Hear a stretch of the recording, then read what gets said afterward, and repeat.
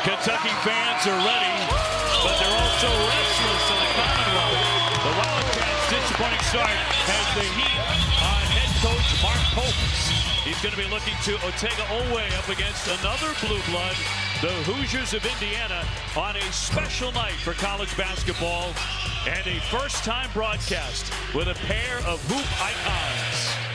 From Rupp Arena in Lexington, Kentucky, tonight the Wildcats and the Hoosiers renew a long-simmering rivalry between legendary programs, brought to you by two legendary personalities. Hi, everybody. Dave O'Brien, the luckiest guy in broadcasting, joined by these two all-timers, the great Charles Barkley and the great Dickie B. Chuck. Welcome to the ESPN family. When you came on board, you were dying to do this, to get together with Dickie B, weren't you? I tried to do it in 2013. They wouldn't let us do it. And people said, why'd you want to work with Dickie B? I said, because I've been so lucky and blessed everything that basketball has given me in my life. There's nobody who's ever appreciated and enjoyed basketball more than this man. And this is going to be one of the coolest nights of my life. I love you, man. I love you too, brother. Hey, let me just say this. I am in awe. First of all, Dave, you're a great guy in controlling us. But I love this guy. I love him because he's a kind of heart of gold. I know that for a fact when he's done for the B Foundation. I also know for a fact how much he loves the game. And you know what? He speaks from the heart, man. He may not say what you like to hear, but he's going to tell you the truth, what he feels. Well, listen, this is going to be so cool. But, you know, I mean what I say. I've been so lucky and blessed. I've had a tremendous life because of that stupid basketball. And I never take that for granted, man. I'm just lucky. Yeah, you both are like that. You both love the game, are so passionate about it. We are set for basketball tonight. This place is rocking as Kentucky wins the opening tip. Well, Kentucky needs a win badly. There's no question. They're 0-4 right now against heavyweight teams in terms of teams out of power conferences. Up top for Trent Noah, the 6'5" sophomore, trying to get inside that lane. He hits the deck on the loose ball. Shot clock is down to 7 for the Wildcats. Chandler, he's a shooter, gets airborne, forced it up there, and the rebound torn down by Tucker DeBreeze. You know, I'm curious to watch this Kentucky team play because I'm trying to figure out what type of style they have. I don't know if they're a half-court team, a full-court team, a three-point shooting contest team. But I want to see what kind of style they have. But this game is about energy more than anything. They lock down D right away. Here's Noah on the left. First score. Great play right there. Utilize their defense to create that offense. They seem to be aggressive. I'll tell you something, Charles. They really, I think, are going to play with passion and feeling because they've been embarrassed. Got beat by 35 by Gonzaga. The bottom line is this is a proud school, very proud, Big Blue Nation. And their coach is very proud. He played here. He was a captain of a national championship team. And I can tell you right now, he is frustrated and upset. You saw him before the game. Yeah, listen, we were talking earlier. The first time I came to Rupp Arena, it was like a religious moment for me. Because growing up, you obviously see Kentucky, Indiana, Kansas, North Carolina, Duke, and now UConn's in that conversation. These are the most, and UCLA, I don't want to excuse them. Those are the most important programs in NCAA basketball history. You should have a certain pride when you wear those uniforms. Well, it's a key loss here. Sam Alexis, 9 points, 5 rebounds a game. Leaving and not under his own power. That could be huge for Indiana because they're very short anyway. They only play about 7 guys. Conaway with a miss. The one thing with Indiana, you better control the 3-ball because they shoot the 3-ball exceptionally well. Chandler outside the 3, likes to fire that up there, but too strong. And a rebound torn down by Enright. Indiana coming in at 8-2. Here's Lamar Wilkerson. He's coming off 44 points in his last game against Penn State. He hit 10 threes there. He's from out of Sam Houston State. He broke the school record there for most threes. I thought Steve Walford would have that, but the most Steve made was 8. The kid had 10 threes, Charles. Well, that's because Coach Knight probably wouldn't let Steve shoot a lot of threes, in fairness. Moreno, the 7-footer, trying to wriggle his way to the baseline and draws the foul. And hit on the play by Indiana's Reed Bailey at 6'10". Let's go back to that injury a moment ago against Sam Alexis. who played with Kentucky's Denzel Aberdeen at Florida last year, national champ. There it is. Yep. That could be either obviously an ankle or a hyperextended knee. That looks like could be either one of those, but I hope the kid's all right. Tell you, this guy can coach. There's no doubt about it. I'm really impressed at my conversation with him. And I remember being on Dan Dockery's show, our former colleague at ESPN, and he told me when I was being interviewed by him, I asked him, I said, what's the new coach like? He said, you're going to love him. He said, the guy is a teacher, he's a motivator, and he's a winner. And what he did at Drake is unbelievable. I was telling you earlier today, Charles, he was there 5 years. Every year won 20 games, and the last 4 years, he won 25-plus games. But, you know, one of the things I was talking about earlier, he plays a style. His team, they play. Going for the Conaway will draw the foul. Take Conaway, a 6'3 senior out of Texas, going airborne. Kentucky went to a little trap, and they really did a great job attacking the trap. They went diagonal. Look at that play. That's a skywalker, man. Almost like you. All right, listen, I love when little guys challenge big guys because, you know, obviously the big guys got a great opportunity to block a shot. But if you go in there and try to dunk on them, that puts them in an awkward situation. And let me tell you this, Charles. I did my research, okay? You played 10 games against Kentucky as a college guy. Did you know that? I 10 did. games. And I'm going to play like Shaq now. I'm going to bust your chops a little bit. You were 3-7. 3-7 against them. Listen, they had Sam Bowie, Melvin Turpin, and Kenny Walker, and Charles Hurt. They had a hell of a team. They did. That's a great rebuttal, man. Yeah, I'm telling you. You should tell Sidney Shaq when Shaq teaches you about no rings. Say, Shaq, I didn't have Kobe with me. That's right. And don't forget Dwayne Wade. Good news for Indiana. Sam Alexis back to the bench. Sitting down right now, but he returned quickly. Chandler tied up in the lane. Somehow got the pass free to Trent Noah. He'll take the hit. 17:36 to go here in the first half in Lexington. And I would be remiss if I didn't say anything about the late, great Coach Joe B. Hall. He treated me fantastic, but Kentucky had a terrific team. I really admire Sam Bowie and Melvin Turpin and Kenny Walker. And look, I'm sitting over here next to the great Jack Gibbons, who was unbelievable, too. 41 points he had in the championship game. Yeah, that's all. Kentucky won the championship. Aberdeen hitting the deck, tied up on the play. Possession arrow will take it to the other end here. I believe they beat Duke in that 78 championship game. I told Goose Givens, I said, him and probably Ahmad Rashad and only a couple of people been stealing money longer than me and you, Dickie B. Well, here it is, national championships in the banner. I've been stealing money from the day when I start doing this. You kidding me? Get paid doing something you love. Are you kidding me? Oh, don't leave him open. Yeah, there's DeVries with a misfire. He's 41% beyond the three-point line. But, Chuck, you were watching him shoot today in practice for about an hour. I don't think he missed. And I said, Dio, what's that guy's three-point percentage? He says, over 40. And I said, what's his free throw percentage? You said 90. Yeah. I watched him shoot. That guy, you cannot leave him open. He is a fantastic shooter. He's the son of the coach, and the bottom line is he's been taught so well fundamentally. That's the key for Indiana. They're fundamentally so solid. Oweh knocked it out of his hands. He got it back. DeVries in the corner. And will bounce to the big Bailey. He'll swing here for Conaway. Conaway on the drive will lay it in. Great execution. They beat the ball, reverse it, get the drive to the goal in a one-on-one situation. He's a teacher, and their offensive efficiency is off the charts. They already hit 103 times this year. Oweh is 6'4" senior. If Kentucky's going to dig their way out of this thing, he's going to be a huge part of it. Noah with a catch and the shot, but too strong. One thing they got to do, they got to speed up the tempo, but they half-court offense is not very good. It's just a lot of one-on-one basketball. There's no ball or body movement. That's not going to work against a solid defensive team. You know, Charles, not patient enough. Not patient enough offensively. Nice little jump in there. You know, in my real job, the Golden State Warriors are one of the best. Oklahoma City does that good. Now, you got to have ball movement and body movement because very few players are great enough to score one-on-one. You're talking about the best to ever do it. Good players are not able to go one-on-one and score. You need body movement and ball movement. I've said that for years, Charles. Teams that have player movement, ball movement, you're going to get a good shot. Yes. They're shooting the ball too quick right now, Kentucky. Reed Bailey picking up his second foul. Oh, that's a nice little baby Nowinski move right there, that little one-legged thing. So that'll put Malachi Moreno, a 7-foot freshman out of Georgetown, Kentucky, at the line. He's getting 10 points 7 rebounds a game. He drops in the first.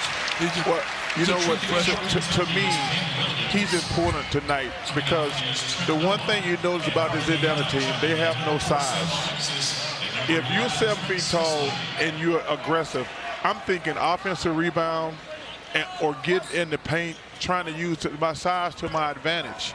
So to me, he's really important tonight, in my opinion, because they have nobody can match up with his size. He was a terrific high school player. Now he's in the big league, starting here.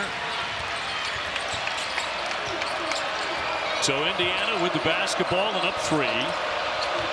Here's Trent Sisley, a 6'8" freshman. Great spacing they have, too. And swished in, a nice touch by Wilkerson. The guy tried to cheat the pick and went over the top. You got to chase him in that situation.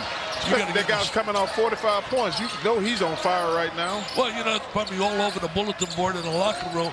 Everybody's saying, you know, Wilkerson. 10 threes he hit. Oweh with the scoop. No, won't roll in for him. So Indiana on the breakout. It's Wilkerson again, way downtown, but a miss. That was a bad shot. That was a terrible shot. Bad shot. Bad shot. I don't care how good a three-point shooter. Aberdeen has it knocked away. DeVries hit with a foul. He didn't think so. Indiana off to a quick start here. Rupp Arena on top, 11-5 against the Cats. You're watching the SEC on ESPN. There's a little different. A little Christmas cheer, but it is Big Blue style. Indiana with the upper hand, however, in the early going, they lead it 11-5. Kentucky having more problems, including, as we mentioned, a 35-point loss to Gonzaga. Chuck, what's the issue been with them? Well, for me, they have zero identity. And I'm watching them in person. They're just going one-on-one every time.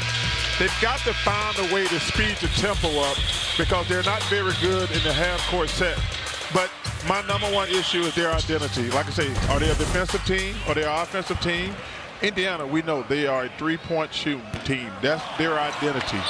You have to have an identity. You have to have a way we're going to play. Are we going to play fast? Are we going to play slow? I'm watching Kentucky play. They don't play fast. And in the half court, they just go in one-on-one. That's why you see there's either tough shots or turnovers.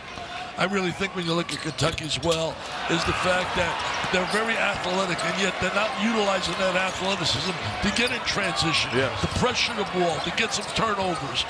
They've struggled defensively this year. Teams have really hurt them big time. Not enough help defensively, not enough communication. Also struggling to hit the three, only 33%. Wilkerson catches, fires, can't drain that. Jalen Lowe back in the lineup after timeout, about 6 games with a shoulder injury. They really missed him. Yeah, he's a point guard, understands how to play, but he's had a tough time with a bad shoulder injury, and that certainly has hurt Kentucky. Big Blue Nation, really, the fans, they love Kentucky so much, and they want to see a supreme effort. They want to see an effort where they can leave here really excited and proud. There was so much optimism when Coach Pope put this team together at the beginning of the year. You know, I'll tell you this, Charles. Last year, I could be right in this. I hope I'm not wrong. I believe they won 8 games against top 10 teams, and that's the most ever by anybody in the history of college basketball. 8 wins over top 10 teams. DeVries, by the way, jamming that finger. We showed that replay there. We'll see if that continues to bother him. Alexis did get back into the lineup. Here's Garrison up high. He was yanked out of the last game by Mark Pope, who really wore it, and he also shattered a clipboard. That one, an ugly shot off target. I think that was a great move by Coach Pope. He took him out with 8 minutes to go in the game because he didn't hustle back on defense. He didn't get back after a turnover, and he put him on the bench and he never played again, Charles. I love great coaching. I do. And that's your job as a coach. Like a lot of players take today as criticism. Like, no, that's what a coach's job is. Garrison has had a very good week of practice, and a nifty pass for Aberdeen. That was a perfect play right there. That was body movement. That was a movement. Yep, player movement, ball movement, excellent pass, excellent 2-man game. I'll tell you what, this crowd, a sellout crowd, is ready to roar tonight. special place. One of the great places to come and do a game. Williams with the foul as he bodies up on the Breeze. Dio, this is what I'm talking about on body movement. The defense is overplaying, and that's just a great cut and a great pass. Oh, great cut without the ball. Love that. We don't see enough of that. Motion, too much standstill. In your league, man, the NBA. What about all the threes? 50, 60 threes a game. Yeah, and that's always a great strategy they're going in. I would love to see, like, okay, we got a plan B. But that's the game now. Everybody's just going to jack up a bunch of threes. It becomes boring to watch, to be honest. See, I would be going faster right now. Yeah. I don't want to get this thing set up in a half court. Lowe outside, the fake by Garrison. He jumps inside the pass strongly. Yes. That's the play right there. Good ball fake. Yes. Went to the goal strong. I think what happened, I think they woke him up by taking him out of the game. Because Mark Fox, the assistant, good buddy of yours, Charles, told us last night he had his greatest practice since then. Coach Fox is one of my great friends. Oh, don't leave this kid. Breeze can't hit. And Williams push down the rebound. Push the ball. So Lowe to set it up. Kentucky coming in 6-4. And including a 17-point loss to Michigan State. Off the window for two. That has tied it at 11. Right there. And a loose ball picked off by the Wildcats. Jasper Johnson all the way down the other end of the floor. Has it taken away. Jasper Johnson he was a five-star player last year in high school. Great talent. Father was a terrific football player here, Dennis Johnson. DeBreeze off the fake. Slithers the pass to Alexis, and that's going to go the other way. That was great defense right there. Great help defense in that situation. So a little 6-0 run and has Rupp Arena in full throats. But you see, the game is sped up. That's one thing we were talking about. This is great defense right here. And not fouling also. But you see the tempo is sped up. That's what Kentucky's got to do. Their half-court offense is not everything going. It's not very good, to be honest with you. But look at it now. They're moving. Oh, bad foul. Yeah. Garrison will get hit with that one. Illegal screen, no doubt about it.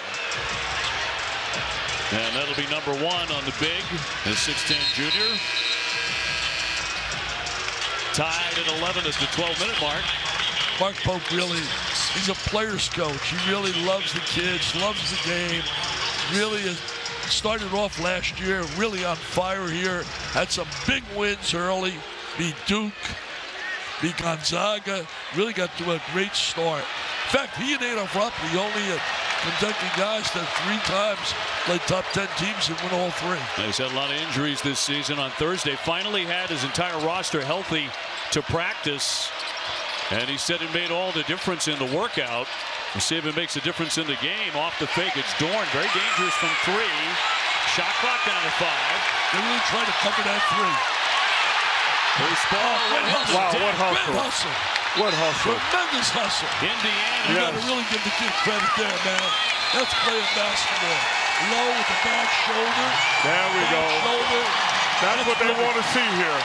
And they appreciate it. That's what they demand here. This is a great offensive move right here. Nice, nice finish with the left hand. Terrific. Now, some talent. We got some energy in this game now. That's what we need. On defense as well. Wow. Wow.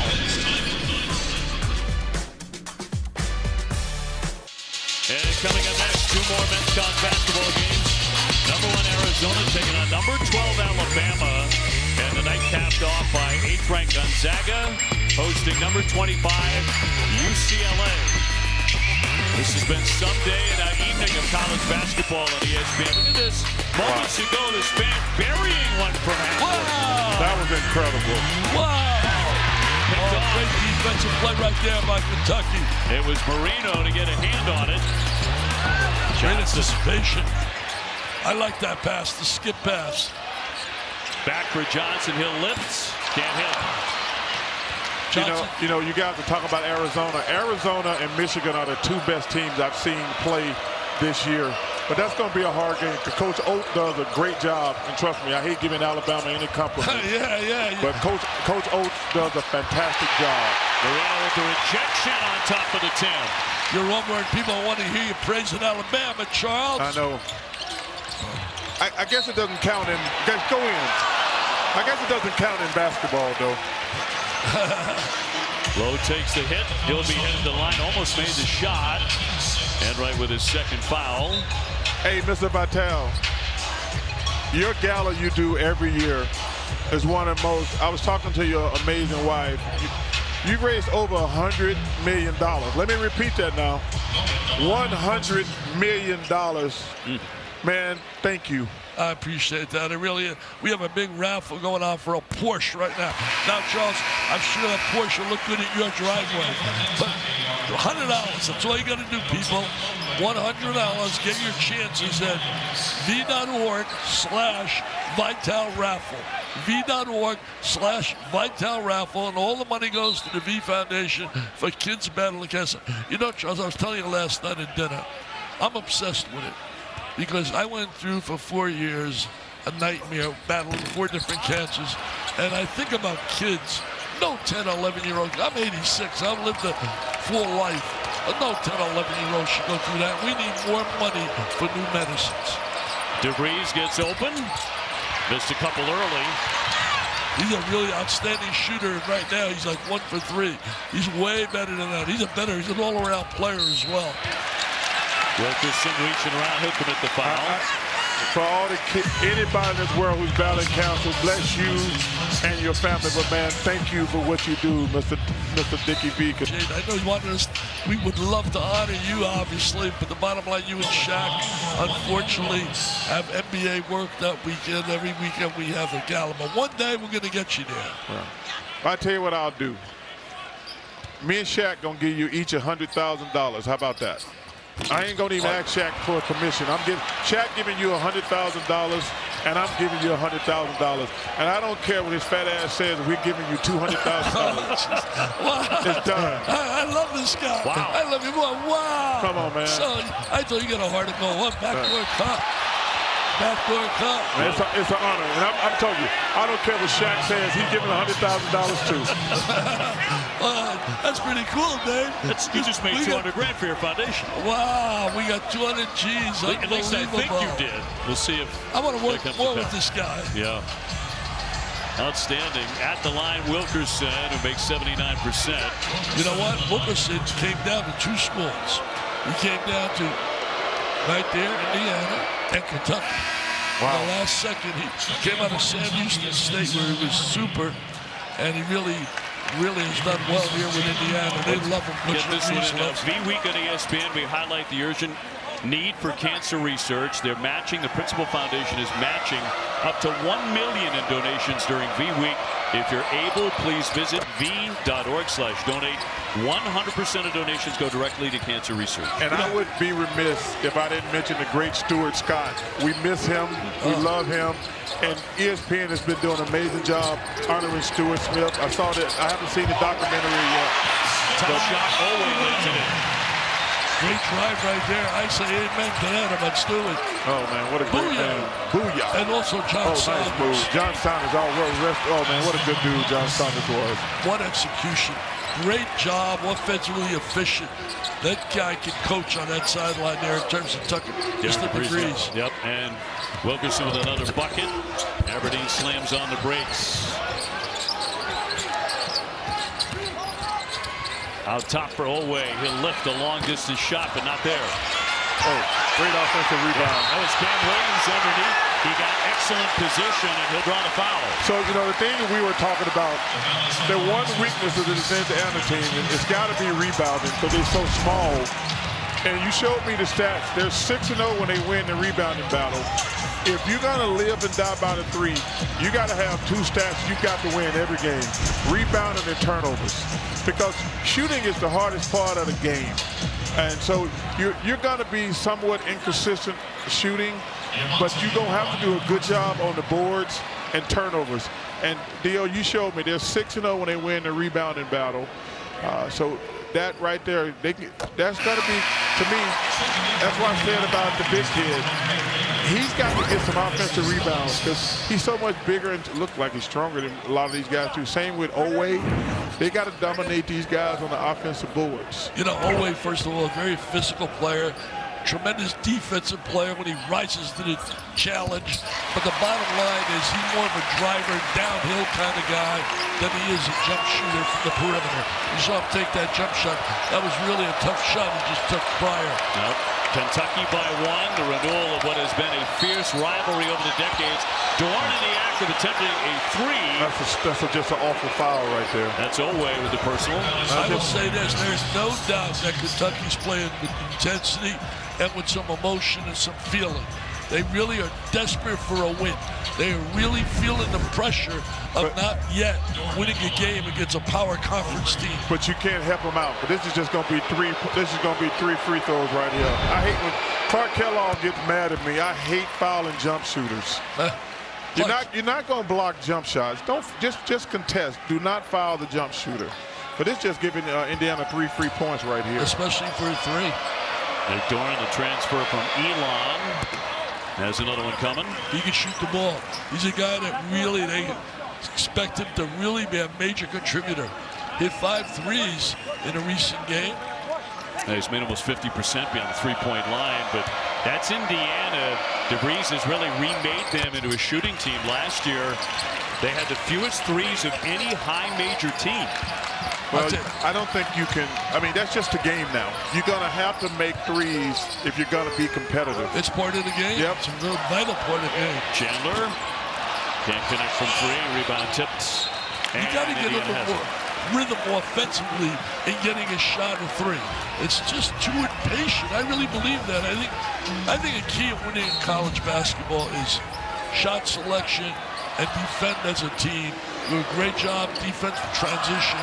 You got a formula there where you can get a lot of W's if you execute and make that happen. Well, neither team hitting their threes here in the first half. Reed Bailey, the 6'10 senior, on the back down, and he just lost it. That's not the way they want to play. They don't want to. They don't want one-on-one basketball being played. He was outside of his zone right there. Came in with a good reputation under Davidson. He was all Atlantic 10. Moreno zips it up top for Aberdeen. Coming off a national championship with Florida. Drives it in traffic, and he'll head to the line again. Tell you one thing, you got 2 former Florida players. People like to get guys that have that winning mentality, that feel the excitement of winning. You got Alexis on one side and Aberdeen on the other side, former Gators. So Denzel Aberdeen, the senior from Orlando, who suffered through a dismal game against Gonzaga. He was 3 for 12 shooting it. You know, it's amazing. You mentioned Michigan a little bit earlier. Gonzaga beats Kentucky by 35. This blew me away. Did you know that Michigan beat Gonzaga by 40? I did watch. But Mark Hughes is one of the best coaches in the country. Should be in the Hall of Fame. But he's going to be in there if he not. Yeah, he should be. Kelvin Sampson. Kevin does a hell of a job at they Houston. blew the Hall of Fame. Yeah. You know, we got some good young coaches. You know, we were talking about Luka, excuse me, down in Miami. Oh, he's a rising star. I think Steve Pearl's going to be a star at Auburn. I mean, obviously Nate Oates on the roll right now. Yeah, Lucas. That's John Lucas' son. Good deflection right there. Yeah, Williams batted it away. No draw a foul. Wilkerson going for the steal, but commits the personal. Now these guys got to put more value on the ball. You know, they're so careless. You got to be careful with the ball. I know that sounds so simple. You got to value the basketball. Let me ask you this, Charles. You've been a player, you're a top 50 player in the NBA, in the history of the game. You should be so proud of that when you think of all the greats that played. But, you know, do you feel maybe the Kentucky kids now are putting a lot of pressure on themselves, reading every day? I mean, they see it every day. We haven't beaten this. We haven't beaten the top team in terms of a power conference 5. I wonder how much pressure that puts on them. Well, they're under tremendous pressure. They're at the University of Kentucky. If you play, depending on what's good, like if you go to Duke, you go to North Carolina, you go to Kansas, UCLA. If you play Alabama or Alabama football, even at Auburn, at Florida. If you play at a blue blood in any sport, there's always going to be tremendous pressure. That's a great pass, great pick and roll. And there's nothing you can do about that. If you choose to go to, when you put this UK thing on, it's a different animal. You put an IU thing on, it's a different animal. And I would tell kids, if you can't handle the pressure, you should not go to one of those schools. Because these people live and die. Garrison straight on. Rebound tipped out. It'll go the other way. Yeah. It doesn't hurt, though, going to those schools when they got $22 million in the NIL. Can you imagine if you played but that actually makes it worse. You can't get paid and lose, Dick.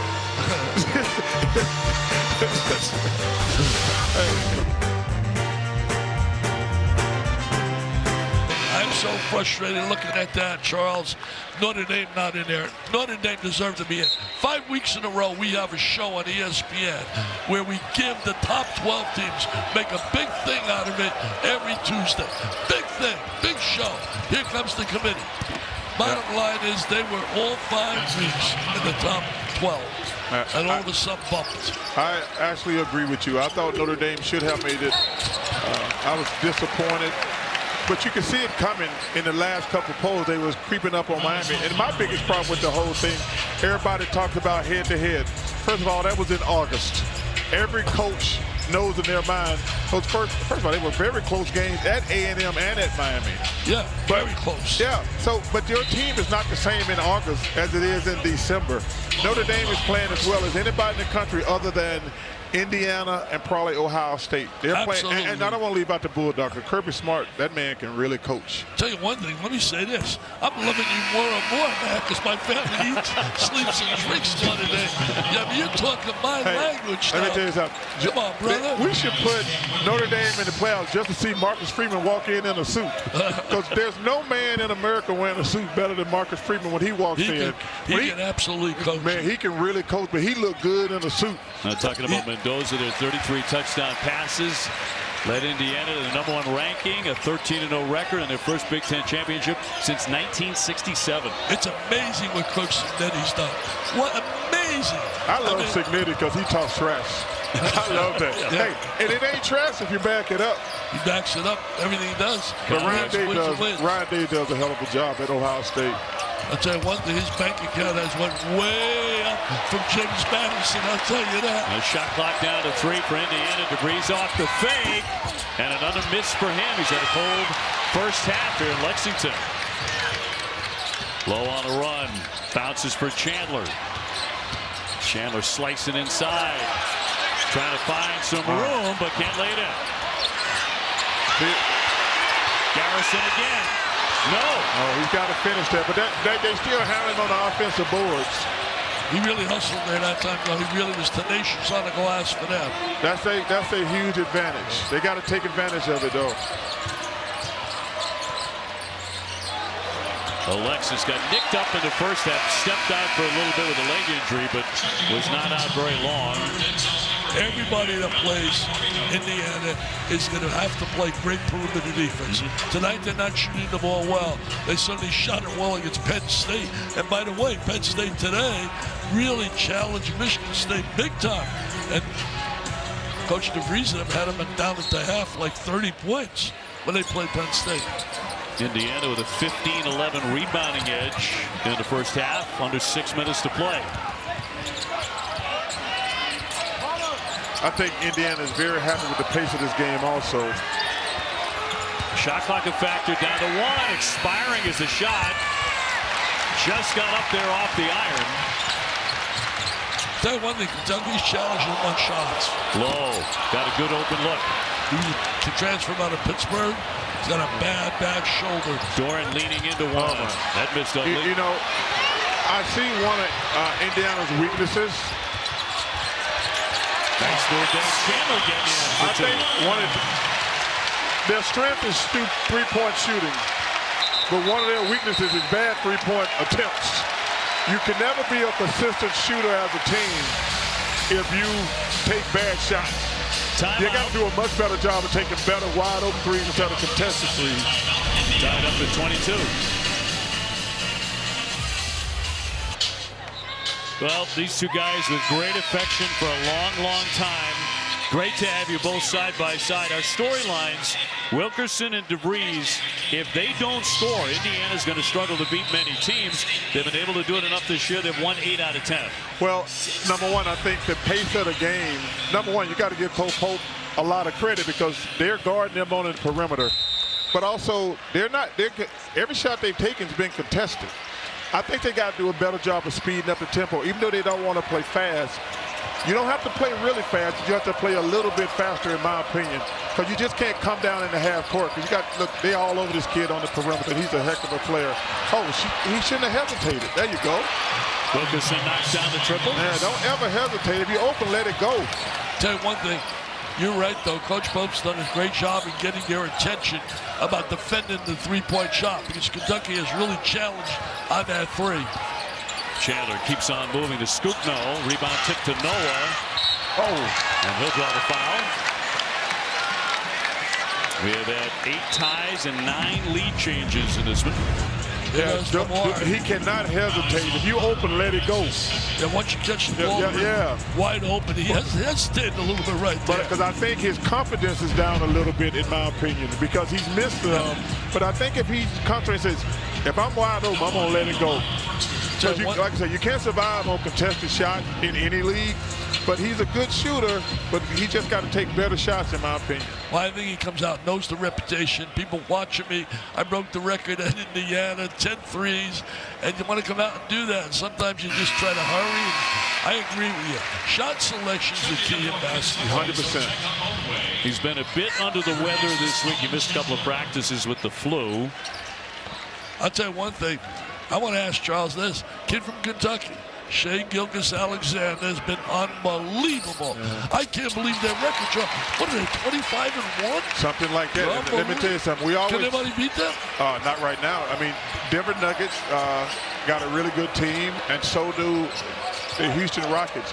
But let me tell you something. I think the Joker is the best player in the world, but Shea Gilgeous is in that conversation. Because Joker, I love Joker, but Shea, man, the way he's got that team playing, Sam Presti is the best general manager in the NBA right now. He get guys off the street to turn into baby all-stars. But it's the East. I got zero idea who's going to win East. I'm starting to take the Pistons serious because they're 20-5, I think. But right now, if I had to pick a team in the East, I'm going with the New York Knicks. Yeah, they got talent. They do. They got talent. Brunson's unbelievable. But let me say this, though. You know, Shea Gilgeous-Alexander came here. John Calipari recruited him from out of Canada. He was not a starter. He was not a starter. And then all of a sudden, he got a chance to play off the bench, did well, got a starting assignment. I think I did the game. And I said, he ain't coming out of that lineup anymore. Yeah. And he did better. He was not as recruited as some of the kids that came in who were big-time recruits. You weren't a big-time recruit. I was not. But, you know, one of the problems in our media business right now, Dickie V. There you go. That's an offensive rebound right there. One of the things that sucks about our job, we have guys who give up on players way too often. Like if a quarterback has a bad year, we call him a bust. And I hate that because guys are 22 years old. I mean, Troy Aikman and Peyton Manning, two of the greatest quarterbacks ever. I think they were like 1-15 their first year. If a quarterback is drafted 1 or 2 or 5 this year, we're going to tell him he sucks after 1 year. Shea Gilgeous is in his prime. Like, it took him a few years because we started drafting kids at 18, 19 years old. They're not, remember they booed Kobe Bryant early in his career. And he's the second best player I've ever seen in my lifetime. He's a pretty good player. Yeah, yes. But guys on television, our position, I hate when we call guys busts right away after 1 or 2 years. Give these guys 5 or 6 years. And then if you want to call them a bust after that, that's fair. I mean, look at Caleb in Chicago. Last year he struggled. This year they're balling right now. Yeah. What about the kid with the coach who just had an Achilles heel? With the Giants, they got rid of him, and he did really well in the transition. Former Duke quarterback. Yep. Degrees with nice the pump fake. fake. And he'll be headed to the line. Took a pretty good hit. Yeah, but we shouldn't be judging young players after 1 or 2 years saying they're a bust. So Indiana with a 1-point lead at Kentucky, just under 4 minutes to play in the first half. Let me tell you this. Sonny Smith, I love him like a father. He was so cheap. I was just getting them $100 handshakes. I wasn't getting millions of dollars back then. Sonny Smith was only giving me like $100 like a week. Hey, let me just say this. Tom Crean's in the studio. Tom Crean should have never been fired when he was. What he did in Indiana took them from the depths of despair. All kinds of problems. He comes in, wins Big Ten titles. But I'll never forget the game. One of the greatest I've ever done with Dan Schumann was on December 11th. And it was, no, December 10th, 2011. Indiana playing Kentucky, #1 in the nation, with the great Anthony Davis, AD, Mr. Davis. They had a tremendous team. They won the national title. And Johnson right there, good athlete. But they win that game at the buzzer. A Christian Watford, unbelievable 3. Yeah. And Tom Crean was on cloud 9. Tom, you did a great job in Indiana, my man. Yeah, unforgettable win. 3:20 to go here in the first half. And Kentucky trailing. Let's go back to that moment. Unforgettable. Here it is. Indiana. Kentucky undefeated right now. And there it is, baby. And I thought the roof was going to come off, Charles. I thought the roof was going to come off in Assembly Hall. You know, when we were talking about this game has not been played, this game should be played every year. Absolutely. This game should be played every year. You got to have some grown-ups in the room. Well, first of all, we need some more grown-ups in college sports now, because I always say I would call college sports now the Wild Wild West, but I'd be disrespectful to the Wild Wild West. But chaotic. Yeah, these guys should play every year. Absolutely. Period. Well, they have agreed to 4 years to play every year for the next 4 years, which is a great sign. But they haven't met here at Rupp Arena, these two, since 2010. Wow. Indiana and Kentucky. Well, let me back here. 30-27, the Hoosiers. Aberdeen on the wing. Moreno on the bounce. Dioubate had a high ankle sprain, missed 3 games, but back in there, and they need him badly. Oh, nice steal. This is on dribble. Good defensive rotation. Yeah, that was a great defensive move right there. Yeah, good rotation coming over. Dioubate gives some physical presence. He was from Alabama, transferred. You know, Charles, I really believe this, and I don't know if you agree with me. I think the greatest free agency exists in college sports. You can go to any team anytime you want. You can get all kinds of money. This one wants to give me more. I mean, there's no contracts. There should be contracts. The stability to the game has been way out of whack. There's no job in the world you get to be a free agent every year except college sports. That tell you how out of whack this thing is. Nobody should be a free agent every year, Dickie B. Yeah, we'll talk about that more when we return. 3-point game. To your point, Chuck, before the break, would you like to see players have to sign a contract to remain at a school for a couple of years? Dickie, can you start that? I definitely agree with that. I think that would be a great idea. Some stability. I mean, right now, you looked at the Indiana team, they didn't have 2 points coming back from last year. Every player's a new player. Kentucky's got a load of new ones. Charles, I think the lack of stability, really, first of all, it's a challenge to us announcers trying to find out about these information, these players, where they came from. Dorn on the drive, got airborne, and a hit. You know, number one, I'm not opposed to players getting paid. I always want my players to be treated fairly. But, Dio, you can't, first of all, we need to come up. I remember last time I heard the word COVID. Some of these guys been in college for 6 or 7 years. If you're in college for 6 or 7 years, your name better be Doctor somebody. You should not still be playing college basketball after 6 or 7 years. But you should not have the ability to get a better offer every year. That's not fair to any school that you're affiliated with, because I can't even do that. None of us can do that. Take a better, Amazon, anybody, or Fox Sports can come and say, well, we're going to give you more money. You get to leave after every year. That's not fair. So what if you sign a deal An NIL, you come to a university for 2 years, and your head coach leaves after 1. I like that idea. If the head coach leaves, and players should have the right to leave. Yeah. But we got to put some guardrails on these sports. Well, who's running? We have nobody running anything. Nobody making good decisions. I mean, they're asleep in the NCAA office, to tell you the truth. I have the NCAA. I don't even know what they exactly do right now. Because swing, here's Williams. We got guys. Open look, and rolls in. We got guys who played in the G League coming back to college sports now. I don't think that's fair. Indiana on top by 2. The crowd back to life here at Rupp Arena. And in the paint, Sicily will take the hit with 2:02 to go in the first half. Kentucky 8-1 all time at Rupp Arena against Indiana. This building opened in 1976. You know, it's the 50th anniversary of the great Indiana team. You mentioned 76. That team was so special, Charles. They had every part of the floor covered by somebody that knew their roles. Quinn Buckner was the unbelievable point guard, tough defensively. Then Bobby Wilkerson was a tremendous defensive player at the second guard spot. Then the scorer and the player of the year, Scott May, at the small forward. They had the #1 draft choice in the post, Ken Benson. Then they had Green and Laskowski. That team was special. How special? Their only loss in 2 years to Kentucky. In the NCAA tournament. Yeah. 92-90. How about that? And they played without Scott May. May played 7 minutes in that game. He had a broken arm, tried to play, and wasn't effective. Dick, you're 86 years old. How do you possibly remember all of that? I don't know. I love the game, man. I really do. I eat, sleep, and drink. This is the greatest medicine in the world. I told Charles this last night. It's the greatest medicine in the world for me. It's a miracle I'm sitting here with you guys. I appreciate it so much. This might get him going. Yes, a three-pointer by Tucker DeVries. I told you. You know, Bobby Knight, who is in that conversation with John Wood and guys like that, is the greatest ever, Mike Krzyzewski.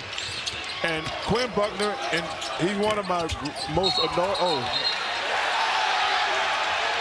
He's one of my most annoying friends in my life. I've been stuck with him my whole life. I love it, but he's probably my most annoying friend. Foul will go the other way. This is DeVries moments ago. And that's the 3. Will this get him rolling? He's a big-time player, this kid. I don't care what he does here tonight. He's a big-time player. But the thing I like about him, Dick, he's not, you know, like a lot of times when guys get off to a slow start, they just start taking worse shots. Yep. He's being very patient. Yep. He's being very patient because he knows I'm going to start making shots at a certain point. A lot of guys, when he's like, okay, I'm not making shots, they start panicking and take worse shots. He's been very patient. That's what I like about his game. I think it also comes from his father, the coach. You know, his father was unbelievable as a high school coach.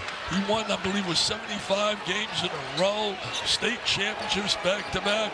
I think it was Appleton, Iowa. He and his dad, they built a basketball court in the backyard that got him the patience. And he waited 20 years to get a head coaching job. He was 20 years an assistant at Creighton. How could they wait? There's DeVries again. That was a bad shot. Doesn't take many of those, but an 11-3 run. This is the biggest lead of the first half for Indiana. This is going to be very interesting to hear this building at halftime if this continues. Only 40 seconds before the break. They booed like crazy in that game against Gonzaga, but that was a different story. They lost by 35. Even though Coach Pope said, yeah, we deserve to be booed. Shot clock down to 5. Garrison a long one. Can't connect there. That's great hustle. Great job down on the baseline there by Williams. I would love to be in the locker room halftime with Coach Pope and the team. I really do. You know what's interesting, though? They're not playing bad. I agree. So I think as a coach, Dick Vermeil, one of my favorite people ever, he says, they asked him second time around why he doesn't yell as much. He said, I realize no matter how much I yell, they're not going to play better. I got to coach better, not yell better. So I think Coach Pope is in a very interesting situation. He's like, guys, they're playing hard. They're not playing well now, but they're playing hard. Not making shots. Yeah, so you got to figure out. So now I think he's got to, because you just can't yell, but they are playing hard. Well, I didn't mean yell. You're taking a shot at me because I said that. You thought I wanted him to yell. No, I'm just saying. I didn't want him to yell. Hey, there's nothing wrong with yelling now. Lowe trying to operate here with 5 on the shot clock. Williams gets bottled up on the double on the baseline. Got the shot to go anyway. That's a great move right there. Great footwork right there, Charles. Great footwork. Time for a heave here by Dioubate. And can't connect at the buzzer, but Indiana has a 7-point lead over Kentucky. They were already restless here in the Commonwealth coming into the game. The way the Wildcats have been losing games to ranked opponents. Indiana leading 39-32, neither side hitting their threes, but Indiana has had the better of it here in the first half. I'll tell you right, Indiana really is going to be a good basketball team. I really love that coach. I think he's everything that I heard.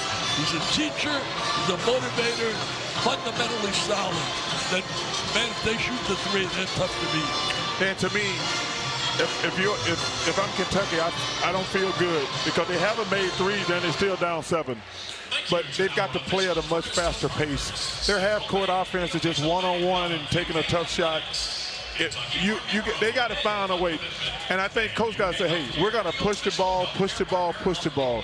That, to me, I would say at halftime if I was coach because, man, our half-court offense is not very good. We're not a very good three-point shooting team anyway. We got to find a way to speed the tempo up. You know, I think when I look at Kentucky, they don't have that superstar that normally you see they have that can bail the team out. Like, I thought Oweh would be that kind of player, but he hasn't been that kind of player this year. He's a good player, very good player, but not the superstar talent. I mean, Kentucky's had over the years some incredible players. So superstar talent on that topic. Let's go back to 1983. You were assigned into an Auburn game with a young Charles Barkley, and you had some words of wisdom that really played out over the short term and the long term as well. The visiting team, Auburn, Charles Barkley, fascinating kid, and I want you to describe him to the viewers before they watch him play here tonight. Well, he's a human space shuttle, Fred. He has the body of Wes Unseld and the moves and the electricity of a Dr. J. It's also young Dioubate, by the way. Wow. Look at the bounce here in Charles Barkley. That's over 40 years ago. Man, look at that round mound of rebound. He was the round mound of rebound, you know, but no longer. Now he's slim. I think we should bring those shorts back. They look good on you, Chuck. That was sexy. Okay. That's one word for it. Well, we are at halftime, and history being made here tonight with these two basketball icons. So far, it's been a blast. Another half to come. 39-32 at the break. Indiana leading Kentucky as we go to the studio for the Jeep halftime report. Zubin, Tom, and Seth. We get paid for that. We get paid for that. I am so pumped. Charles would say, Nicky B, we got to do a game together. This is one of my bucket list things.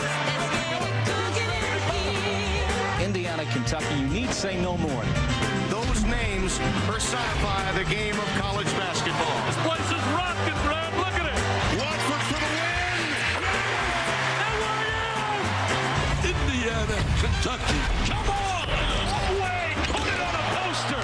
Wilkerson, he'll flip it up wildly. He made the shot.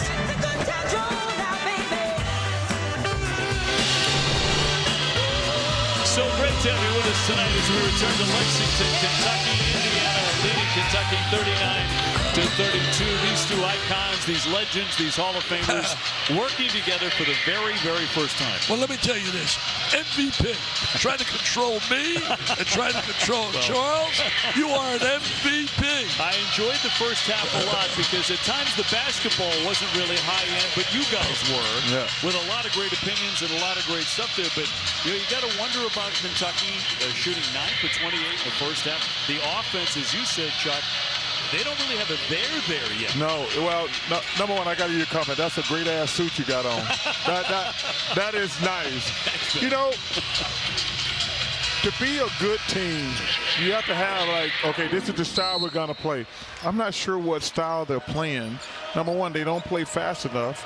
And in the half court, the players aren't good enough one-on-one to get a good shot every time. That's why they're shooting an awful percentage. Well, Indiana opens up the second half of the basketball. Wilkerson at 12 in the first half. with an early miss, and the freshman Moreno with the rebound. Let's see who gets going, who becomes the go-to guy for Kentucky in the second 20 minutes. I think, you know, if you're Stella Charles halftime, I think if you're Indiana, you got to feel pretty good up 7, and you have not done what you do well, is shoot the 3. Indiana in the first half from three-point land, 3 out of 14. And it's still up 7. Shot clock inside 10. Conaway. It's Wilkerson again into the paint.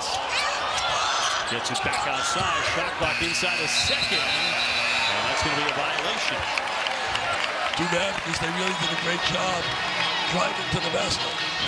If I was Kentucky, I would coach Pope. I'd say we're just gonna run and try the offensive rebounding, because we're not good shooters. Our offense in the half court is undefined, but our advantage is on the boards. We got to find a way, like, let's just run and gun and try to beat them up physically. That's their only chance. Noah with the catch, Moreno with the screen. And the corner for the jumper, a long one on the way, and the three-pointer by Oweh. Well, Oweh made the big 3 right there. It was created by the play by Noah to draw the defense. I mean, Mark Pope is really working that sideline. He's pouring his heart out, and the players got to do the same. Oweh with a big basket right there. He's got to really utilize his talents. He's their best talented player, and he's got to step it up. Came in averaging 14 a game. DeVries pulls up the dribble. Conaway lets fly, and it rattles home. He had been only 8 out of 33 from three-point land before that shot. Wow. I'll tell you one thing. When they start making threes, they are going to be dynamite to try to beat. Colin Chandler weaving his way inside. Forced that one up. He drew the foul. And if that's on Wilkerson, that's going to be number 4. And indeed, that's the case. As a play by Noah, driving to the lane, kicks it out. Oweh with a wide open 3, nails it. He shot that under control. You know, he was quoted all over the paper today saying, we're going to be good. We're going to special team. And we're going to really, by the end of the Indiana answers with the big 3. But the bottom line is, you know, you got to back that chatter up by performing, producing. People want to hear we could be good, we might be good. This is Kentucky. They're usually good. As mentioned, Wilkerson picking up number 4. So a key loss here. Their top scorer at 19 a game. Yeah, that's Wilkerson big. onto the bench. That's big. You know, Charles, I was telling you earlier, I really feel in my mind the greatest college player ever to me was Lou Alcindor, known later Kareem Abdul-Jabbar. What he did for 3 years in college is amazing. Yet we never hear his name about the best of the best. It really amazes me. Well, that's because most of the people on television talk about it now. It's either, first of all, I think it's lazy. It's between Michael and LeBron, who's the GOAT.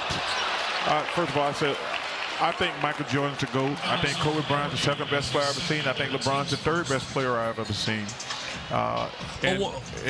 What about my argument about Kareem being the best ever in college? Oh, he's easily the best ever in college. They changed the rules. Yeah, I mean, they changed the rules. He's the best ever in college by far. Took away the dunk. Yeah, and listen, you know, Bill Walton, rest in peace, was one of the greatest college players ever.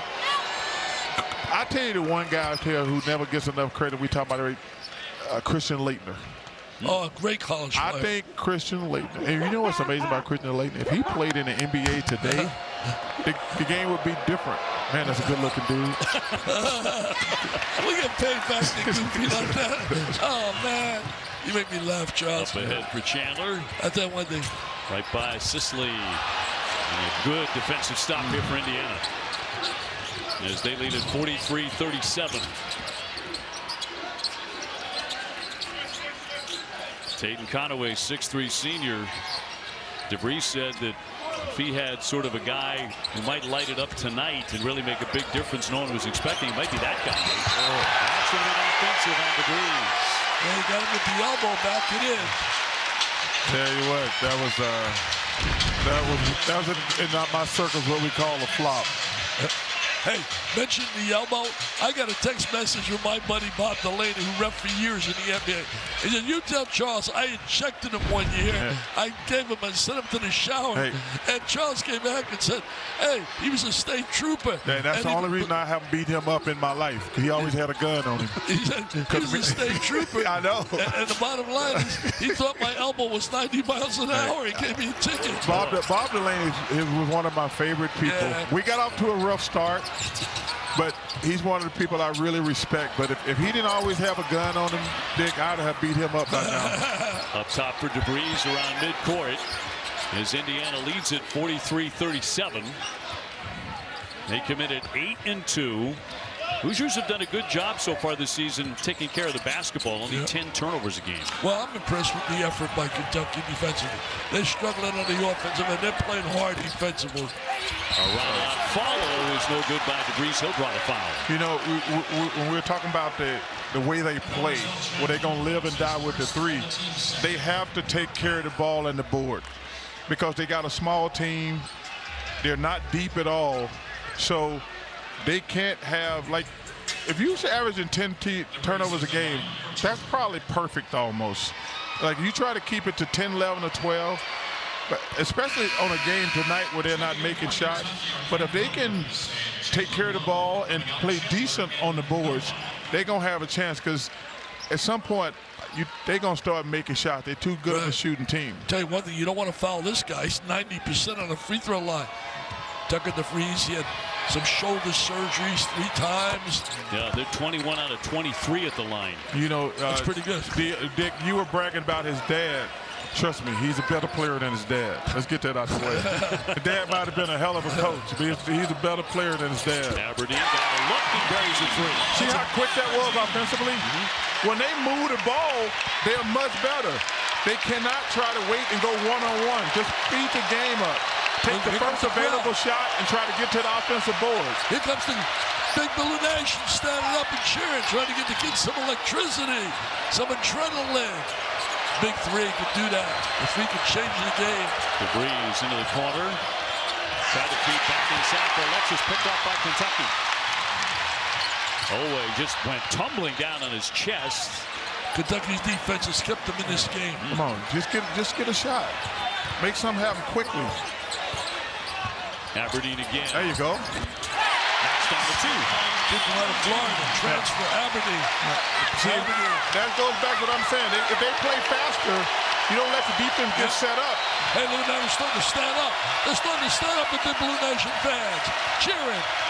There's a lot of pouting and sulking about the 4-game losses to the power conference teams. Sisley pops out of his hands, but a foul here against Kentucky. Well, the guy's starting to get rolling here is Denzel Aberdeen, the 6'5" senior from Orlando. Won a national championship coming off the bench for Florida last year. Now in the starting rotation for the Wildcats. He's starting to feel it. He probably got more money here than he was up at the Gators. And there is Aberdeen right there. Big play by Aberdeen. They needed that. They needed it.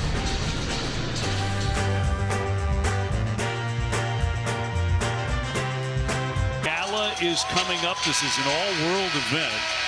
Chuck, you were saying last night this is the best event of this kind you've ever attended. It's unbelievable. You know, he was talking about Coach Saban. Says the best event he's been to, and I just admire the guy. To raise $100 million for anything, and Dick talks about mainly for kids, and he's right. No kid should ever suffer.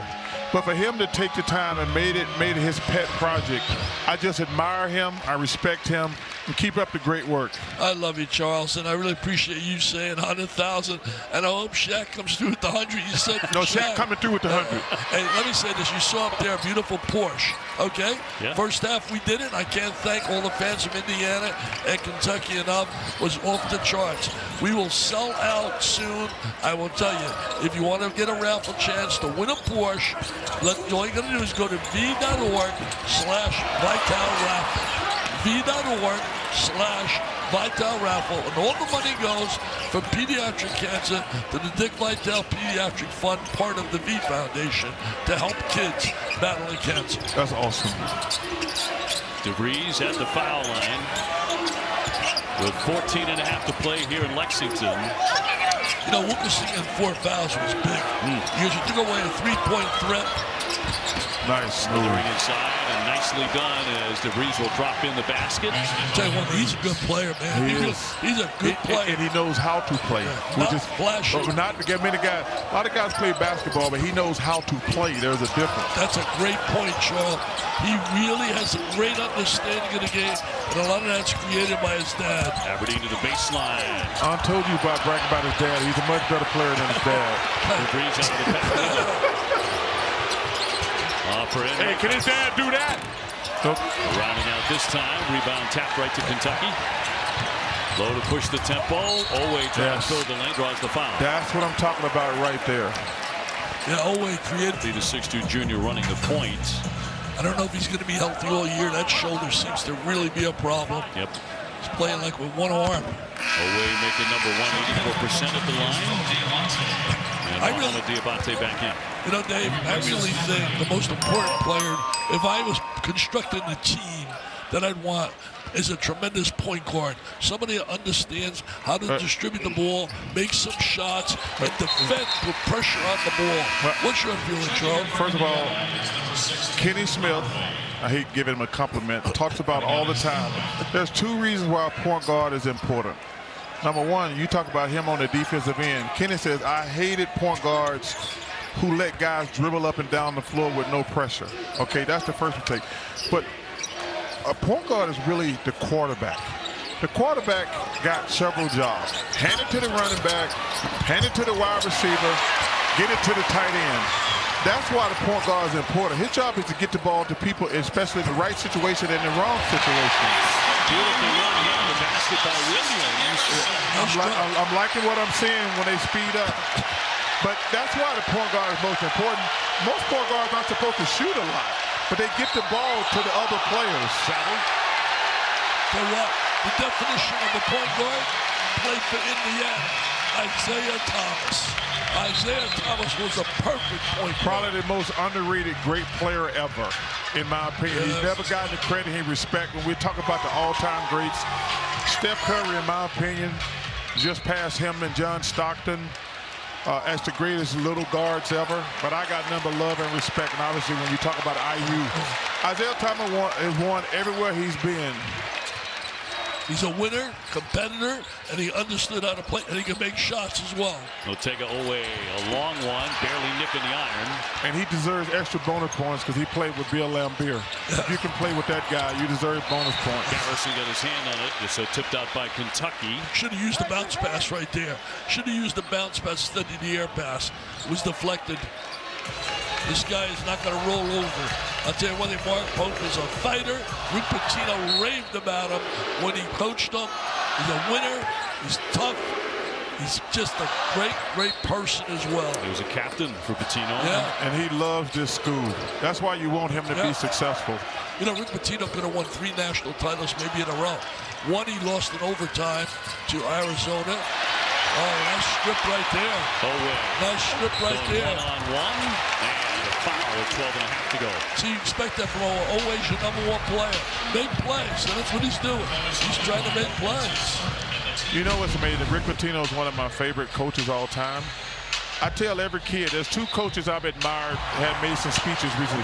Go look at Rick Pitino's speech to his team at St. John's, and also Todd Bowles, the head coach of the Tampa Bay Buccaneers. Go watch his press conference Monday night after that game. That's what sports all. And Herm Edwards got the famous speech. We here to play. We here to win the game. But Rick Pitino talking to his team at halftime, and Todd Bowles last week. Yo, man, this is your livelihood. It's got to hurt to lose. We're not out here just for having fun. Yeah, but you forget that he put a few F's in there, too. There's nothing wrong with that. No, he let the players know. Yeah. The game has to mean something to you. Yep. Now that rebound meant something to Oweh. Beat everybody to it. Lowe to the paint. Back out for Lowe in a triple. There you go. Look. Yep. Kentucky crashing the block. I told you. That's what I would do about Kentucky. Just throw it up there and go get it. Tell you one thing. That's being aggressive. Offensive rebound means you're playing aggressive basketball. Kentucky wants this game. Kentucky wants this game. Here's DeVries. Will he get active again offensively? Going one-on-one into Williams, who denies him. Nice pass. Dropped it downstairs and stolen away by Garrison. You know, there's two things right here that's been very instrumental. Dickie V said something. When the point guard got that other foul, his fourth foul, and again, when he got his fourth foul, that changed the entire game. But also, them dominating on offensive boards. Those are the two biggest differences in the second half. That's a 8-0 run, and Kentucky has surged in front, 50-49 with 11.5 minutes to go.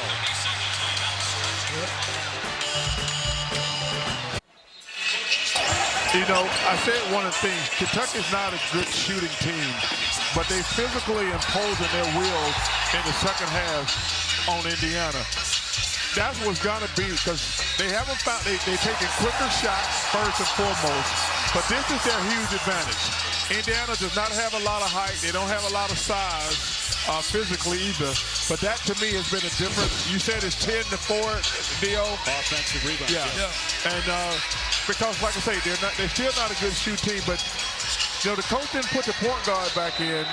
I would have brought the point guard back in, because Indiana's offense without the point, when he got his fourth foul, that's when things started changing and the offensive rebounding. Yeah, Lamar Wilkerson. Kentucky's outscored him 15-7 when he picked up that fourth foul.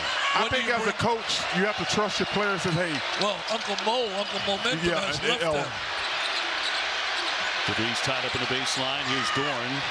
Driving by Dioubate, who knocks it away. I'll tell you one thing. Kentucky is defending, man. They're defending. They're playing with pride. They're playing with passion. They're playing with feeling. And you credit that to Coach Pope.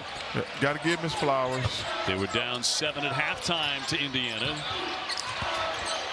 Lowe with a bounce feed. Dioubate underneath. And tips in his own. Another offensive rebound.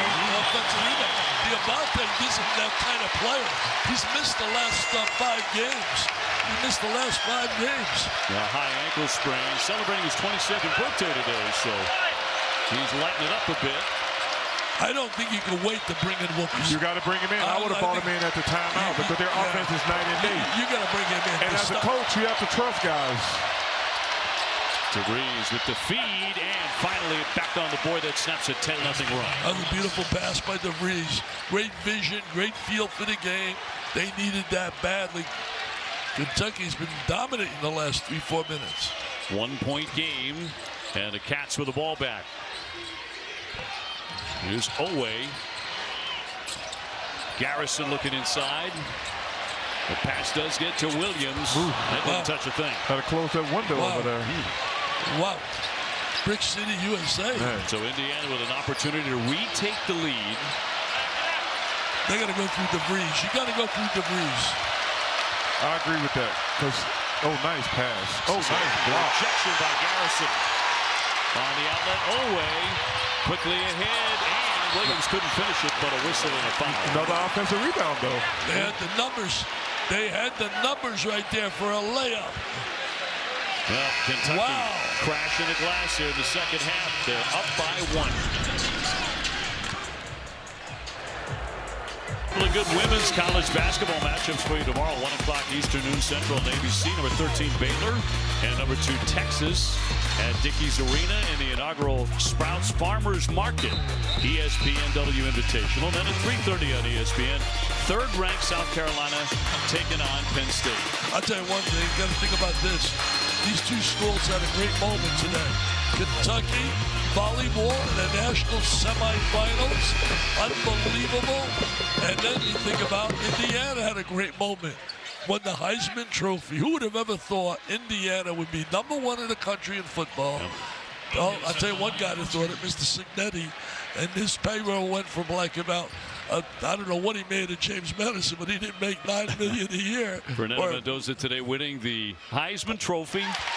Quarterback for Indiana, 33 touchdown passes. Spectacular moment. First in school history. Here's the moment it happened.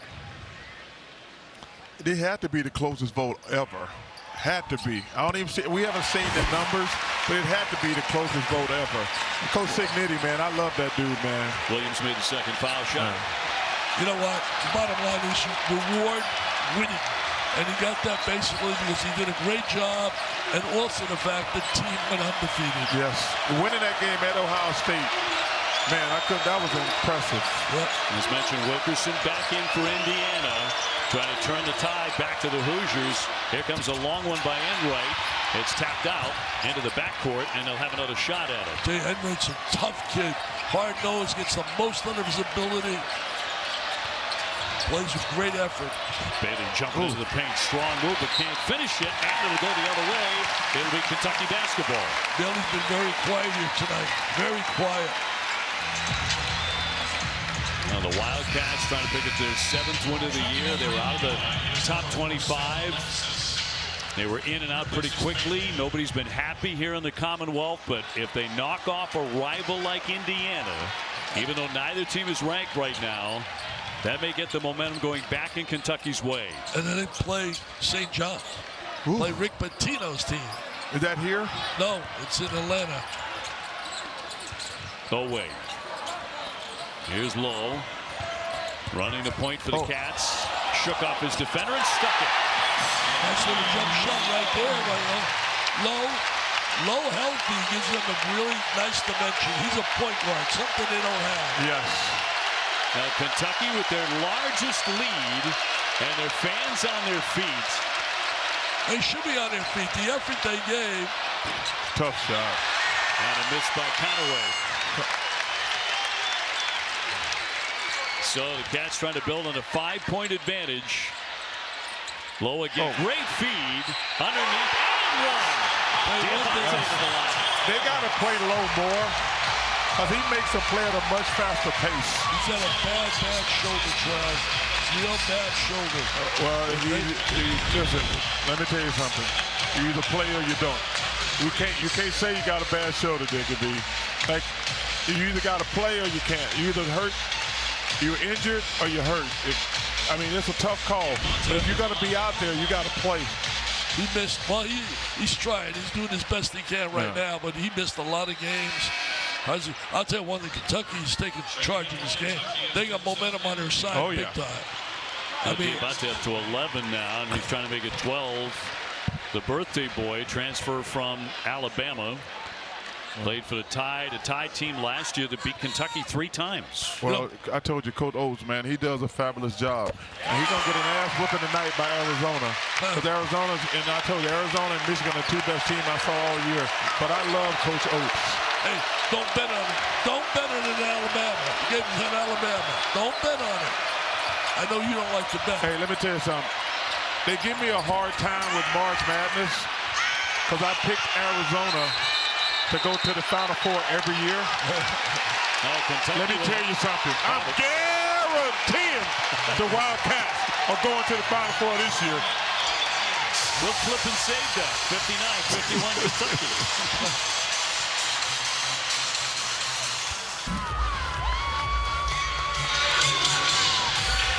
And back in Lexington with the big hits. Let me tell you this, guys.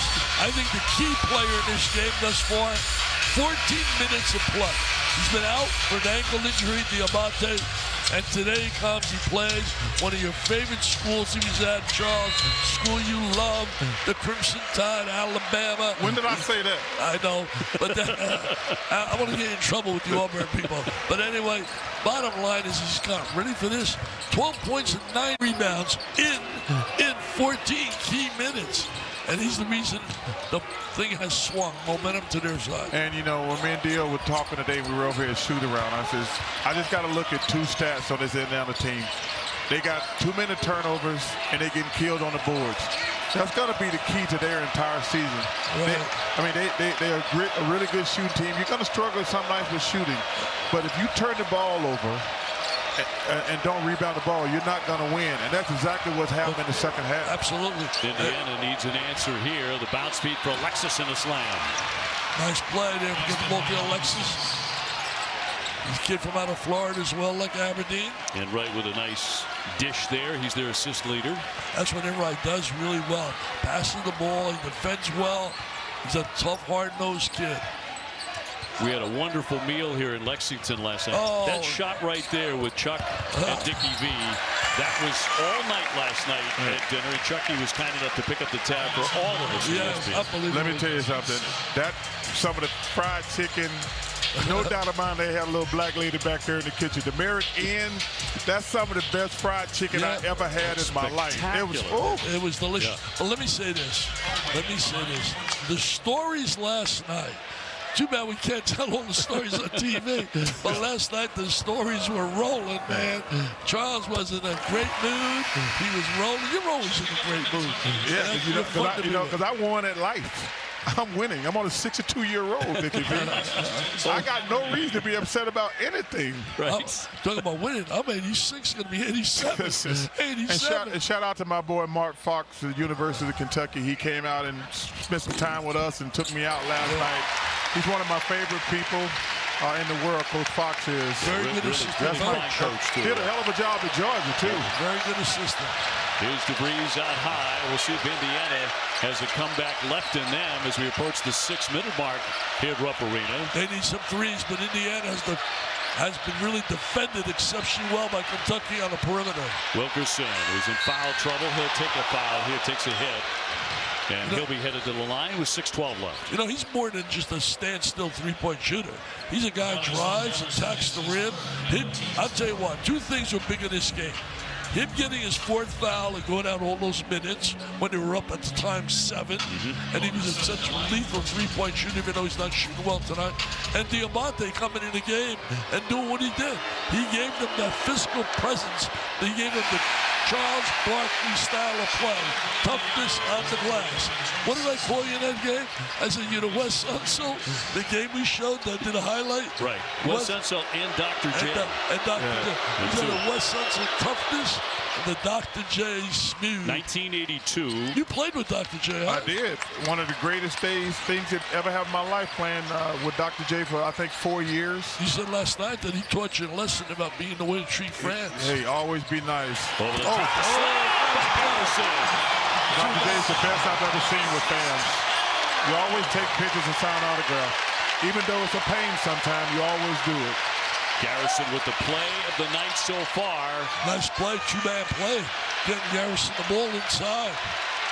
And Wright fires that one away.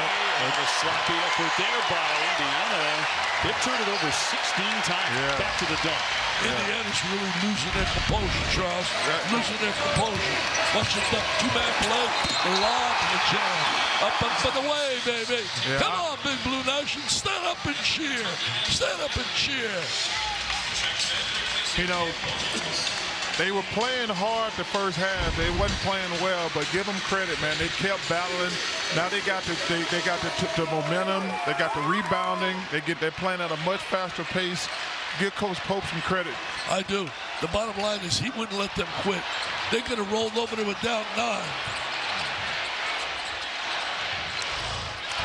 Kentucky trying to add on. Lowe with the penetration and 2. I tell you what. You say he got a bad shoulder, and obviously he does. He is a big difference in this game. Absolutely. And the point guard slot, no doubt about it. Getting 2 injured players today. Lowe and Dioubate has been a big positive. Indiana takes a timeout. All the momentum for Big Blue right now as they lead at 65-54. Kentucky with a strong second half. Remember, they were down 7 at halftime, so they've rallied big time here against IU. They're taking this game over.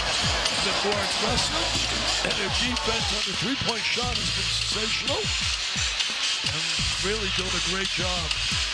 But Indiana started turning the ball over. And the second thing, they just getting hammered on the board. There's Lowe with the little jump shot. Nice little bounce pass inside. And there's the finish for the 2. And they're loving it here at Rupp Arena. Their first Saturday night game this season inside this building. And one guy wants to bring on tomorrow, but tonight's pretty good for these kids. Unless there's a miracle finish by the Hoosiers, baby. It looks like they're going to get their first win over a team from a power conference. You know, the thing is, since the stuff we talked about before the game, they're a three-point shooting team. They're not making threes. But the two weaknesses they're going to have, and like I said, they're going to have them all season. They're not going to get bigger. They're going to have to figure a way to take care of, better carry the ball, and do a better job on the boards. Plain and simple. DeVries zips it back up top for Conaway. Shot clock to 7. DeVries gets it back in the wing, and he's just had an off night. They've made only 4 out of 23s in this game, talking about Indiana. And that's just not them. They couldn't miss against Penn State. Couldn't miss. A little frustration there. Give Kentucky perimeter defense a lot of credit because most of their shots have been contested. That's the only negative when you shoot threes. Wide open threes are always good, but can you make enough of them under duress? That's always going to be the case with a three-point shooting team, and they're not making them tonight. So to the other end to shoot here for Kentucky, Oweh will be at the stripe, 84%. Well, you know, he said, the paper, big article about him, saying the fact when Ben Roberts did the story, he said, well, you're going to see us at the end of the year. We're going to be really celebrating and happy because we are going to be a good team. I think it's, you know, it's great to have that kind of confidence and belief. Dioubate at the line in the end, and he'll misfire on the first one, and that's all he gets. So 65-54. Indiana with the ball. And if you ever need the three now, they need it badly. Wilkerson penetrates, slashing inside for a bucket. I love the drive. I like his ability, Charles. He's a good player. I like the ability when you're not making threes. See, that's the thing I hate about the NBA. When they're not making threes, they just keep jacking them up. Dude, take the ball to the basket one time, and that'll free you up, believe it or not. You see a couple shots go in. I like the fact he took it to the basket. I've seen games where they shoot over 100 between both teams, and that's tough to watch. Garrison had a monster duck moments ago. He throws that one away, and a pick by DeVries. They can use the DeVries. Silly foul. Silly foul. Silly foul. You're up. You got to know score. He's playing great, too. Yeah. You got to know score. You got to know situation. I think a lot of guys play have no idea what the scoring situation is. He's had a terrific second half. Yep. 4:09 to go. He's responded from the fact that Pope took him out of the game after the 8-minute mark the last game because he didn't hustle on a play. And I think he came back and really worked hard in practice. Pope took him out for the last 8 minutes of the half. Never brought him back in until the second half. Wilkerson bottled up DeVries with a catch. Shot clock to 9. Here's Wilkerson. Way downtown, but too strong. DeVries mid-range drops in the basket. 65-58. So Indiana's still hanging around 15 for Tucker DeVries. Yeah, still, you know, 7 points with 3 minutes and change. If a guy can shoot threes like them, if they get a little hot, you never know. The question's going to be, can they get enough stops? I know one thing. Kentucky better not go 0 for 13 like they did against Carolina late in the game. Kentucky leading 65-58 here at Rupp Arena. Coming up, this game is currently on ESPN News. That's a heck of a game, Arizona and Alabama. That's a big boy game. I told you, I thought that Michigan and Arizona are the best teams I've seen this year. And I know my people in Arizona are going to be watching. And I know down in Tuscaloosa, y'all just got to move the rabbit ears a little bit to the left. Y'all can get cable down in Tuscaloosa. We got cable in Arizona. But down in Tuscaloosa, just move the rabbit ears over. That's a game worth watching. Chuck making more friends in Tuscaloosa. Yes, that's what I want to do. 3:27 to go here. He got Arizona winning. I got Michigan. Right now, the best team I've seen all year is Michigan. Any team that can beat Gonzaga by 40 points is special to me. I agree with that. No, thanks. Yeah, I do. I think's fine. Thank you, Sir Charles. The handoff for Lowe. Lowe leaning in. Alexis with the rejection. Block. This game's not over, baby. Not over.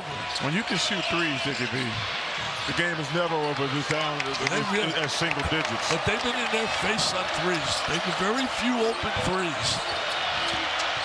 Wilkerson making a move and it sticks. God, had a layup there. Had the layup. Possession arrow keeps it on this end. He rushed it. Get a lucky break there. I hate that rule right there. I hate it too. I hate that rule. I preached for years. Nobody listens. That's not basketball. Now, why is that Indiana's ball? Kentucky has nothing to do with that being. That's right. I hate that call. Yep, Charles, I agree with you again. I agree with you too much. Oh, what a tough one. Lowe taps it out. Man, give me some space on the out-of-bounds play. You got a bunch of guys standing together, man. Coaches work every day on special situations. But you got to give guys space. If one guy can guard two, that's not good. Not good at all. Look at that. Look at that. Oh, my Unbelievable.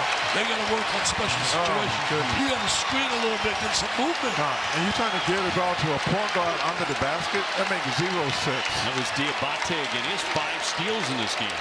He has really been a difference maker. He's very effective at Alabama, too. Lowe running some clock around the screen by Garrison. Shot clock to 5. Jalen Lowe steps back, fires. Can't drain that. And that one tapped out, and it's going to be out off Indiana. That's not going to count, but that's really another offensive rebound.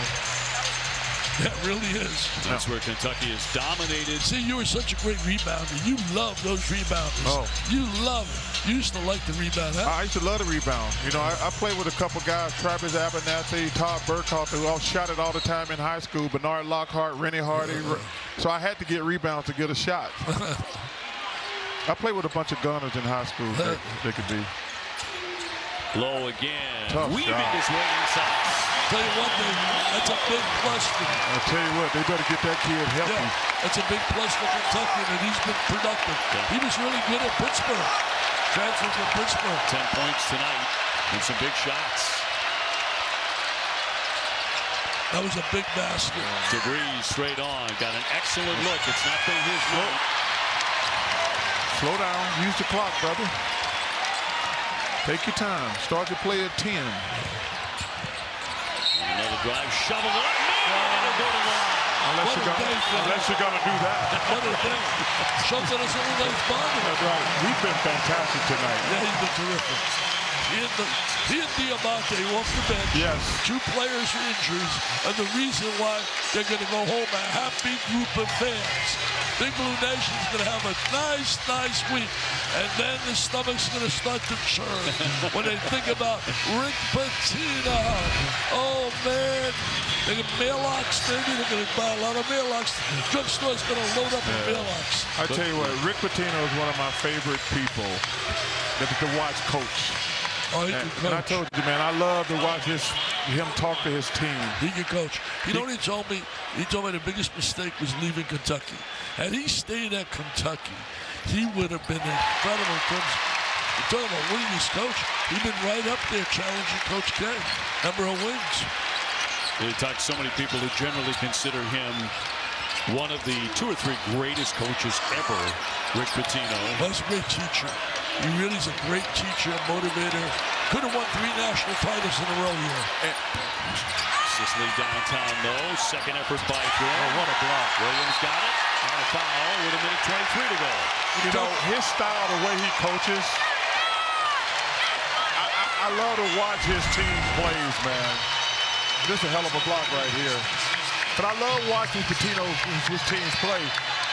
And it's actually a great formula and kind of a simpler formula because there's only one guy on a college team that can actually dribble. And if you put pressure on those other 4 guys, they're going to turn it over and turn into a fast break going in the other direction. That's what he's always been great at in college. Yeah, he would have won 3. He won the national title in '96. Mark was on that team and was certainly a key player. And then in '97, he gets beaten in overtime by a really good Arizona team, but he plays without Derek Anderson, who's really a difference maker kind of player. Did he win one at Louisville? I don't think so. I'm not sure. Dioubate, by the way, back at the line. 98. Tubby Smith wins the national title with basically all the same kind of kids. So my point is, he had an opportunity. He could have won 3 national titles in a row. DeVries incidentally fouled out. 15 points, but just 1 for 9 from 3 tonight. Indiana back with it as we approach 1 minute to go. The fans beginning to celebrate. here at Rupp.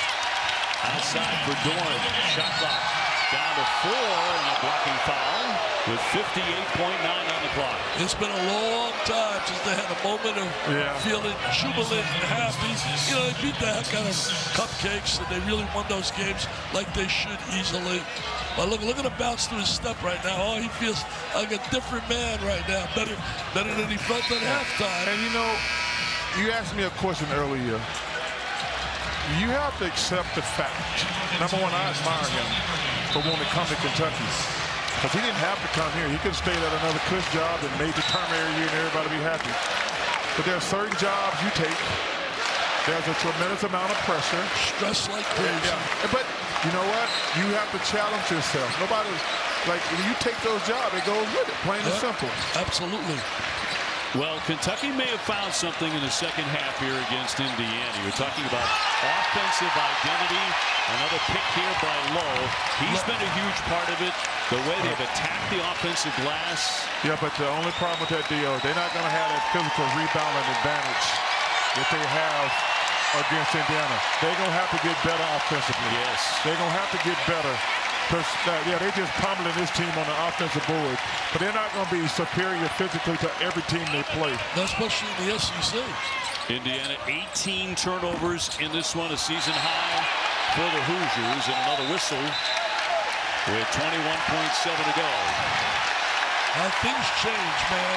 Change when Wilkerson got the 4th foul. Momentum just left. Uncle Mo really plays a big part in the game, Charles. Well, you know, it was simple, though. When he got the 4th foul, they couldn't get they didn't have any advantage in the half court. But like I say, the thing about Indiana, whether they shoot it good or not, they're going to have to address turnovers and rebounding. And there's nothing they can do about it because they're not going to get bigger. No, but I'll tell you one thing. He's going to recruit some really good players and get people in the transfer portal who are going to want to wear that Indiana uniform. He came in, not one player, had not 1 point. Not 1 point. I mean, that's rare. He didn't have 1 point coming back from last year. With Baylor taking on Texas in women's college basketball tomorrow, and then at 3:30, number 3 South Carolina in Penn State. Dioubate at the line. Talk about South Carolina. Talk about a coach. She can coach. Oh, Dawn Staley. Oh, she can coach. Men, women, and she can coach. I know that this has been on my bucket list. Dio, I want to thank you, man. I've got to spend time with you the last couple of days. I want you to thank you for babysitting me. Like I say, you and Dick, I admire you, but I want to thank you guys and the entire staff for the last 48 hours. Like I say, I got this off my bucket list, man. It's been a lot of fun. Yeah, oh my goodness. We got to do it on that. We get paid to watch basketball. We're the luckiest dudes in the world, aren't we? And also, let me tell you, it's just worth to go to dinner with you at night, especially if you're going to pay the bill. That makes it even better. I'm going to write it off. Hey, you going to write off that $100,000 you've given? Shaq. Oh, Shaq giving you $100,000. I'm giving you $100,000. Shaq giving you $100,000. I don't care what the big fella says. I want to hug you, man. Thank you, brother.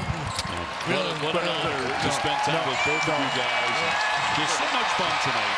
And you guys have so much affection for each other, which really comes through incredibly. So that was a plus. Thank you, Dio. Charles Barkley joining us here courtside along with a couple of Hall of Famers. 72-60 the final score. We're sending you right now to Birmingham Legacy Arena. John Shambi and Fran Fraschilla. All right.